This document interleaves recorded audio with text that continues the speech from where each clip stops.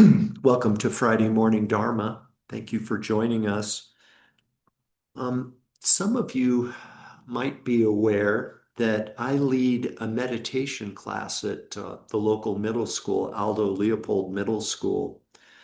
And I do that 3 afternoons a week, just a short amount of time, 20 minutes per session. And as you might imagine, some middle schoolers connect with meditation more than others.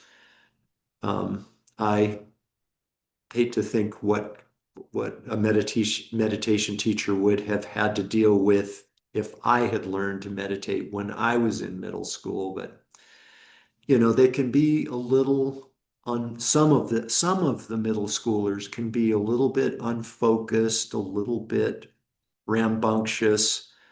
And yesterday was one of those days. One of the students was kind of, we'll just say, not really interested in meditating. And um, the only thing that they don't call them rules at Aldo Leopold Middle School, they call them norms. And like they establish norms, like the normal that we aspire for. And the only norm that I really hold to is telling the kids that, if you don't want to meditate, that's your choice and that's completely fine. What's not completely fine is obstructing or distracting others from meditating who want to meditate. And what I would say to them if I were asked to develop that thought a little bit more, I would say that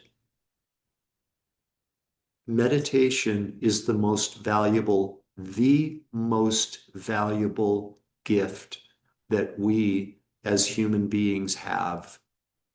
Number one, because we can't prevent the process of aging. We can't prevent the process of sickness, the phenomenon of sickness. We can't prevent our death when that moment comes. In the other forms of suffering, we can't stop the coming of failing to satisfy our desires, having to encounter what we don't like, being parted from what we do like. We can't prevent these things from happening, but we can change how we relate to these things happening, right? Which is like preventing them from causing us suffering, which is almost like preventing them from happening. So it's through meditation that we train our minds such that we can relate to these inevitabilities in a healthy, positive, more constructive way. That's why I say make the bold statement that meditation is the greatest gift that we have. So I can't prevent this camera from going in and out either. So, but I can change how I relate to it, right? Let's see if this helps. Not so much. Why don't we go ahead and do some meditation? Let's go ahead and settle into a comfortable meditation posture. Please take care to ensure that your spine is straight and relaxed. We're facing straight ahead with our head tilted slightly forward. This serves to bring our spine perfectly into alignment. Our mouth is closed, our jaw is relaxed, and if you haven't already done so, please go ahead and softly close your eyes.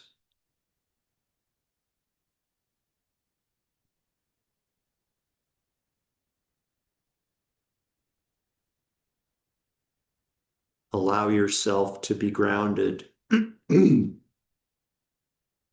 Allow yourself to be stable, balanced,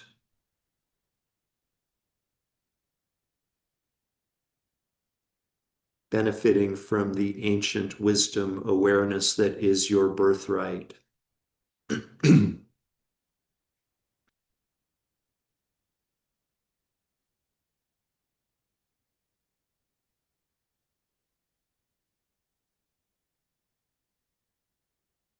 We can now gently transition into meditation on the inner body. Please become the silent observer of sensations that may start in your hands and your feet in the form of a tingling, perhaps a lightness, perhaps a heaviness, perhaps a pulsation.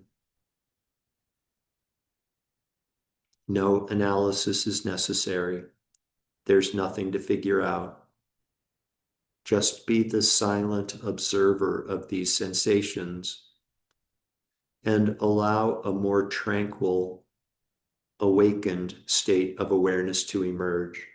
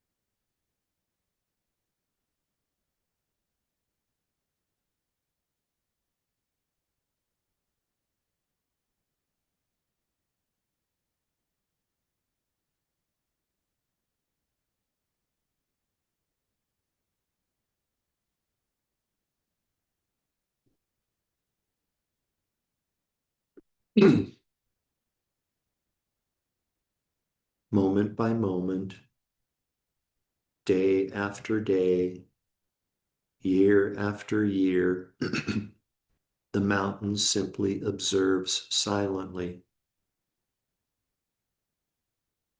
Rain may fall on the mountain or not. The wind may blow. The sun may shine. A flock of migrating birds may fly past the mountain. The mountain simply observes silently. No judgment, no labeling, no comparing, no speculation. Be a mountain as you silently observe sensations within your own body mountain.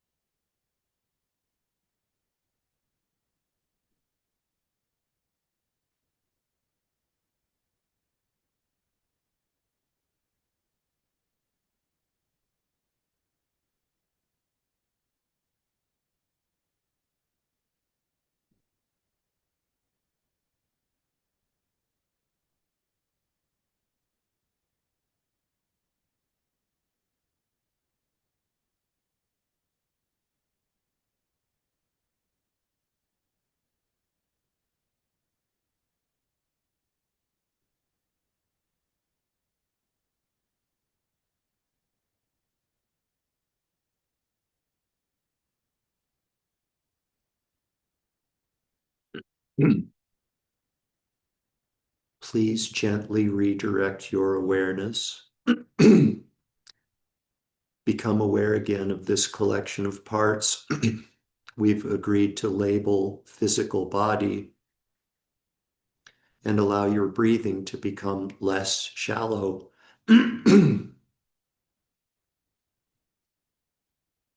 Taking deeper and deeper breaths, become aware again of the weight of the garments of clothing resting on the surface of physical body.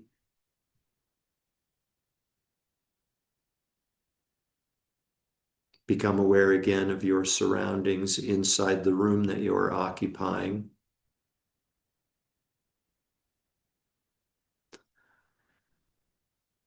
Deeper and deeper breaths, becoming aware again of the world that exists outside of the room that you are occupying.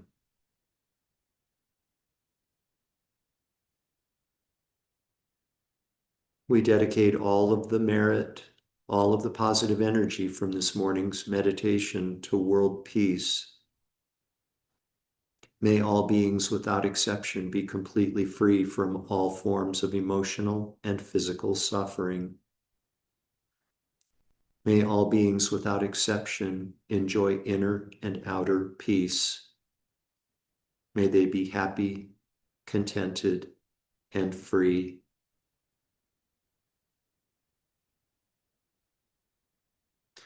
Completely fill up your belly and lungs with air. And when you're ready, you can open your eyes and bring your meditation to an end.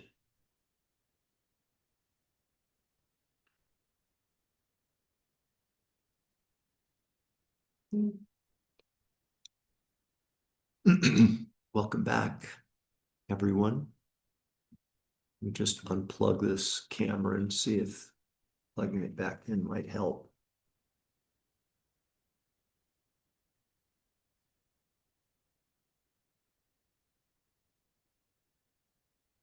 We'll see if it kind of goes wonky again. I'll turn it off completely.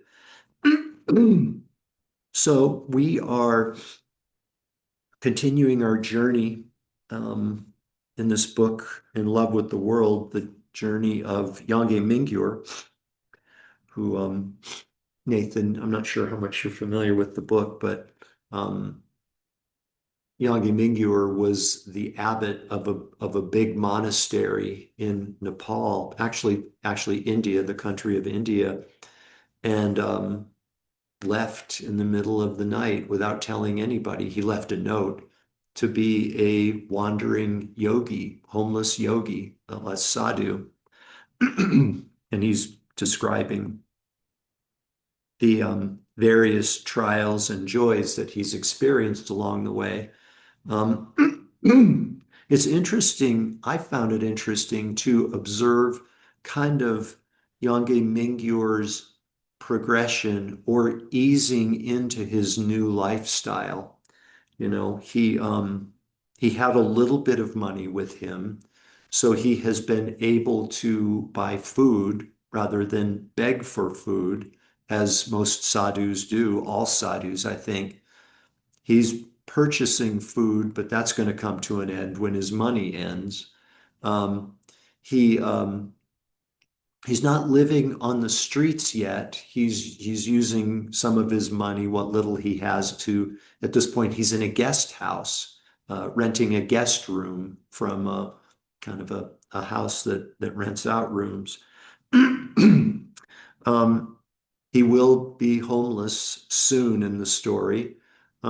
He talks about the fact that he is meditating more between his 2 meals per day. Maybe he's only taking 1 meal a day now. Um, Whereas before he would meditate, he's meditating, by the way, at a park in India that commemorates the place of the death of the Buddha. So that's where he goes to meditate at this park every day. Whereas before he would go inside one of the bathrooms, the only sort of shelter at the park, if it started raining. Um, Now he's sitting out in the rain, continuing his meditation practice.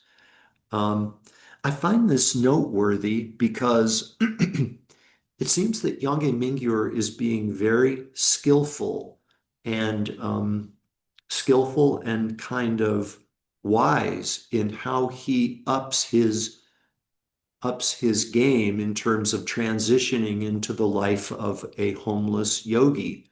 Um, he's not being too erratic about it. He's not trying to go too far, too fast.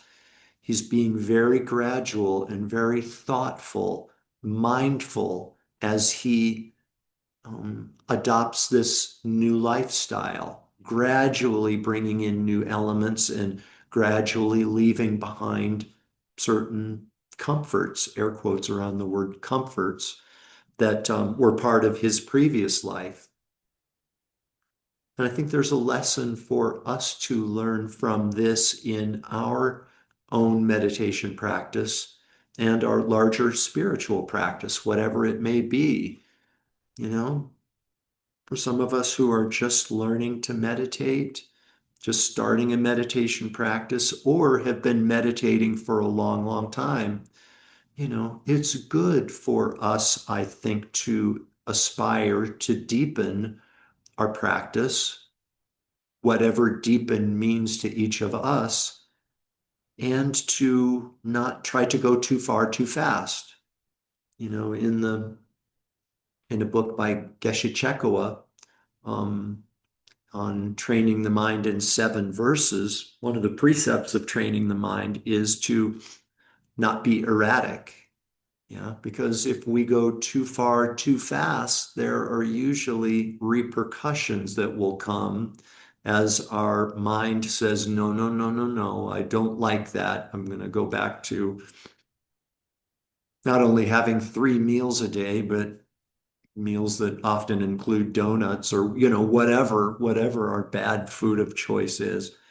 Yes, let's be gentle and gradual and skillful and mindful as we try to live our aspirations, to actualize our aspirations. So I want to read to you a chapter. So I kind of gave you an update on where Yongey Mingyur is in his path of becoming a sadhu. I'm going to read an excerpt from chapter 19 in the book called A Chance Encounter. A Chance Encounter. Um, this is at the park where Yongey Mingyur goes to meditate. Then he talks about an Asian man, an Asian businessman that approaches Yongey Mingyur. And the businessman said, do you speak English? Yongey Mingyur says, yes. The businessman asks, are you a monk? Yongey Mingyur says, yes. Are you meditating? Yes. The businessman said, I came here to meditate, but I'm finding it very hard and I can't sit down for long. Do you mind if I ask you for some advice? Yongey Mingyur, of course, says, no, I don't mind. Um, the businessman, the businessman says, when I try to calm my mind, the thoughts, the monkey mind, seem to increase. Like when I try to calm my thoughts and the internal dialogue going on in my mind, it doesn't, the effect isn't for those thoughts to go away. They seem to increase in number and intensity. Yongey Mingyur says, this is a common experience. He says, I explained to the businessman that when we first become aware of thoughts, they seem to multiply, but there aren't really any more thoughts than before. We're just more aware of them. Learning to meditate can express a yearning for freedom, a genuine aspiration to transcend the grasping ego or grasping sense of self, the grasping I. But we're also frightened by this, so our conventional thinking mind has tricky ways of fending off this quest. I told the Asian man, what you describe is exactly right. what? Like my thoughts are becoming more numerous and more strong, and this is right.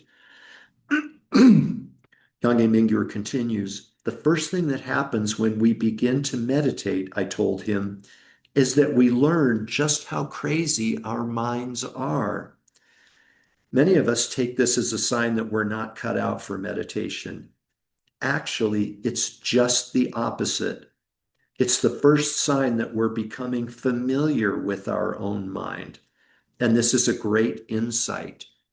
You'll be fine, Yang Mingyur says to the businessman. And I think no matter where we are in our meditation practice, we can um, take solace in these words of Yang Mingyur and take them to heart, right? Um,